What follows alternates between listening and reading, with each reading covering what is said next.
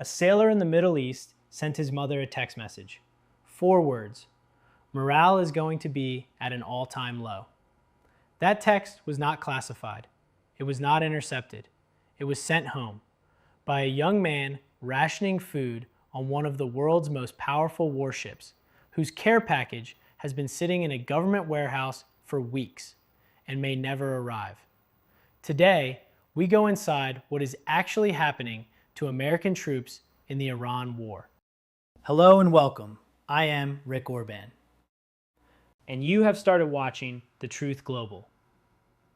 Somewhere in the Middle East, aboard one of the most powerful warships ever built, an American sailor texted his mother 4 words. Morale is going to be at an all-time low. That message was not intercepted by an enemy. It was not leaked by a foreign intelligence agency. It was sent home to a family that, like thousands of others, has been waiting for months for a care package to arrive that never does. And while the Pentagon insists everything is fine, the images tell a very different story. Sailors photograph their meal trays, nearly empty, a gray slab of processed meat, a scoop of food barely visible on government-issue metal, boiled carrots. That was dinner. On a warship the United States taxpayer paid $13 billion to build. Right now, over 50,000 American service members are stationed in the Middle East as part of Operation Epic Fury, the US-led military campaign against Iran that began in early 2026. And what is emerging from the inside of that operation is a portrait of institutional strain that no press briefing has been able to fully suppress. Stay with us, because by the end of this video, you will understand why what is happening to these troops matters far beyond the food on their trays. The food shortage story did not begin with a whistleblower. It began with photographs. Images began circulating on social media in mid-April 2026, showing meal trays aboard the USS Tripoli and the USS Abraham Lincoln, 2 warships that have been continuously at sea without making port for over a month. The meals depicted were stark: a single tortilla, a small scoop of meat, a portion so sparse it prompted families to reach out to media outlets demanding answers. A post from the account @FactPostNews, viewed over 145,000 times, described the situation plainly. According to a USA Today report cited widely in the days that followed, some service members were rationing food. Fresh produce had disappeared entirely from menus. What remained was processed, reheated, and diminishing. The response from the U.S. military was swift and categorical. Admiral Daryl Cottle, head of the Office of the Chief of Naval Operations, called the reports false. Secretary of Defense Pete Hegseth used a sharper phrase: fake news. The official line was that ships carried over 30 days of food supplies and that nutritional standards were being met. But this is where things connect, because the denial, however firm, did not address the core logistical reality that independent analysts and family members were pointing to. This was not happening in isolation. It was the visible surface of a much deeper systemic failure. To understand why food is running low on warships that are theoretically well supplied, you have to understand how military logistics actually function and where the current conflict has broken that system. The United States can move troops and ammunition through secure military channels with extraordinary speed and reliability. These are prioritized streams hardened against disruption. But food resupply for deployed sailors, particularly the fresh produce, supplemental stores, and care packages that constitute a meaningful part of their diet, travels through a very different pipeline. It depends on commercial air networks, civilian postal systems, and, critically, the ability of ships to make port. All 3 of those channels have been severely compromised. The U.S. Postal Service suspended deliveries to 27 military zip codes in the region in April 2026, citing airspace closures and logistical disruptions caused by the conflict with Iran. That suspension halted care packages mid-transit, boxes of food, snacks, and personal items sent by families, now sitting in secure facilities with no delivery date. Meanwhile, Warships like the Tripoli and Abraham Lincoln have been at sea for over 30 consecutive days without a port call, eliminating any opportunity for restocking perishables. And the airspace restrictions that grounded civilian couriers also mean that private carriers, FedEx, DHL, cannot legally operate routes into the region even if the military wanted to use them. Per security regulations, only USPS is authorized to deliver directly to APO and FPO military addresses. That authorization is now suspended. Elsewhere, Chinese military analysts were watching carefully, with state media outlet Global Times reporting that the situation reveals a lack of preparation for a prolonged campaign, a pointed strategic observation from a principal geopolitical rival. At the same time the food story was developing, a separate and more disturbing narrative was quietly gaining traction, one that the U.S. Navy has not been able to dismiss as easily. On March 12, 2026, a fire broke out in the laundry room of the USS Gerald R. Ford, the most expensive warship in history, a $13 billion aircraft carrier that has been deployed for nearly 11 months, more than twice the standard 6-month rotation. The fire burned for over 30 hours. 2 sailors were injured. Others required treatment for smoke inhalation. When the smoke cleared, more than 600 crew members had lost their beds. They were sleeping on floors, on kitchen tables, on whatever horizontal surface they could find. The laundry facilities were destroyed. Clothing had to be flown in from the future USS John F. Kennedy, still under construction. The Ford was then diverted to Suda Bay on the Greek island of Crete for emergency repairs, pulled from one of the most strategically sensitive bodies of water in the world during an active military operation. And here is where the story becomes genuinely explosive. Greek newspaper Kathimerini, citing sources with direct knowledge of the port call, reported that the U.S. Navy investigation into the fire explicitly includes the possibility that the blaze was deliberately set, not by Iranian operatives, but by the ship's own crew members. The International Business Times, citing independent sources, confirmed the same. The investigation considers deliberate sabotage by crew members seeking to terminate their extended deployment. Senator Mark Warner of Virginia, vice chairman of the Senate Intelligence Committee, did not mince words. The Ford and its crew have been pushed to the brink after nearly a year at sea. This is where things connect in a way that no official statement has managed to sever. The fire did not occur in a vacuum.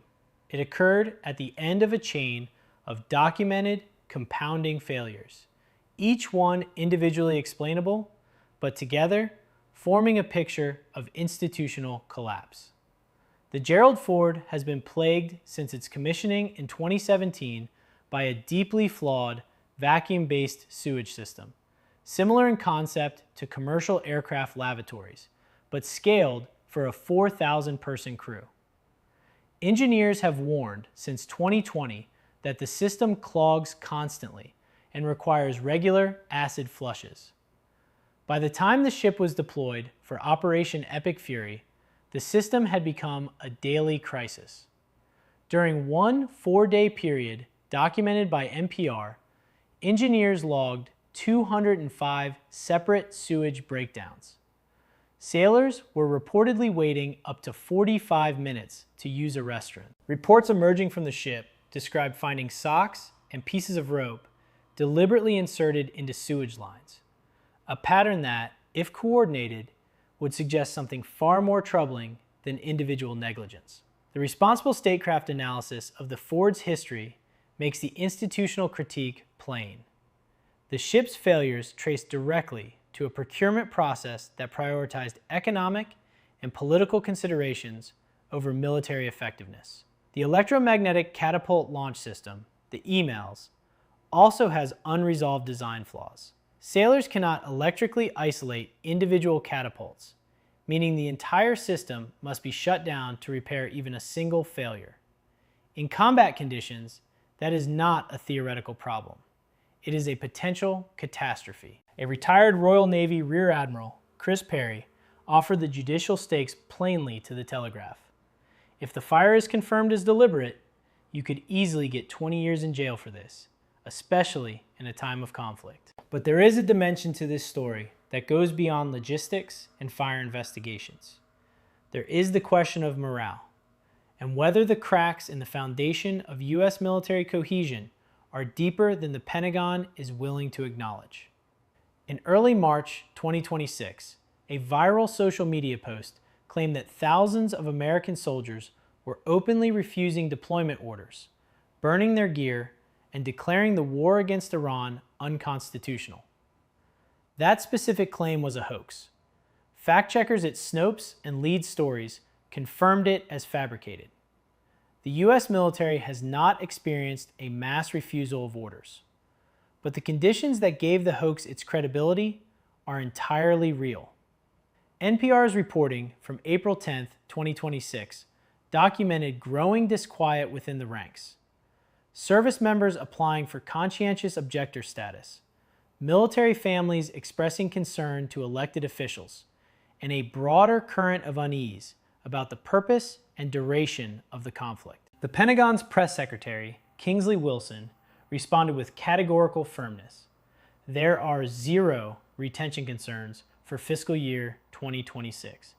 Every service is meeting its targets. That statement may be technically accurate. What it does not capture is the qualitative reality described by sailors' families: the hunger, the exhaustion, the mail that never arrives, the mattresses that burned, and the toilets that don't work. These are not the conditions of a fighting force operating at full capacity. Zoom out, and the strategic implications become uncomfortable for any honest observer. The USS Gerald R, America's most advanced and most expensive capital ship, was pulled from the Red Sea during an active conflict and sent to Crete for emergency repairs because of a laundry room fire that may or may not have been set deliberately by its own crew. It now sits dockside while investigators determine whether the sailors, who were supposed to project American power across one of the world's most strategically vital waterways, instead chose fire over another month at sea. Meanwhile, the USS Abraham Lincoln and USS Tripoli remain on station, their crews photographing their own meal trays and sending texts home about morale that echo across national media. The Strait of Hormuz, through which roughly 20% of the world's oil transits, is the central geographic pressure point of this conflict. Iranian IRGC units operating autonomous systems along the choke point do not experience deployment fatigue. They are not waiting for care packages. They are not rationing food or sleeping on kitchen tables. The asymmetry of endurance between an adversary operating close to home and a superpower sustaining forces 12,000 miles away is not a new problem, but it has rarely been illustrated this starkly in this much detail in near real time. Chinese military analysts noted precisely this, that the logistical strain on U.S. forces reveals the limits of sustaining extended campaigns in distant theaters without adequate preparation for the long haul. There are two ways to read everything you have just heard. The first is the official version. The U.S. military is a professional, mission-capable, fighting force operating under extraordinary conditions, managing logistical challenges that are inherent to any sustained overseas operation. The food photos are misleading. The fire is under investigation. Morale is manageable. The second reading, supported by a convergence of reporting from USA Today, NPR, The Independent, the International Business Times, Newsweek, and sources in Greece and the United Kingdom, is that something more serious is happening, that the cumulative weight of extended deployments, broken equipment, suspended mail, shrinking meal trays, and the apparent willingness of some sailors to risk 20 years in military prison rather than spend another month at sea represents a systemic warning that no press conference can fully neutralize. The investigation into the USS Gerald R fire is ongoing. The mail suspension to 27 military zip codes has not been lifted. The food situation on deployed ships has not been publicly resolved. And the conflict with Iran, now only 6 weeks old at the time of this reporting, shows no signs of rapid conclusion. What happens to the men and women inside these ships over the next 6 months will matter enormously, not just for their families, but for the strategic outcome of a war that the entire world is watching. If you found this important, share it. The people inside those ships cannot. Subscribe for coverage that goes deeper than the press briefing.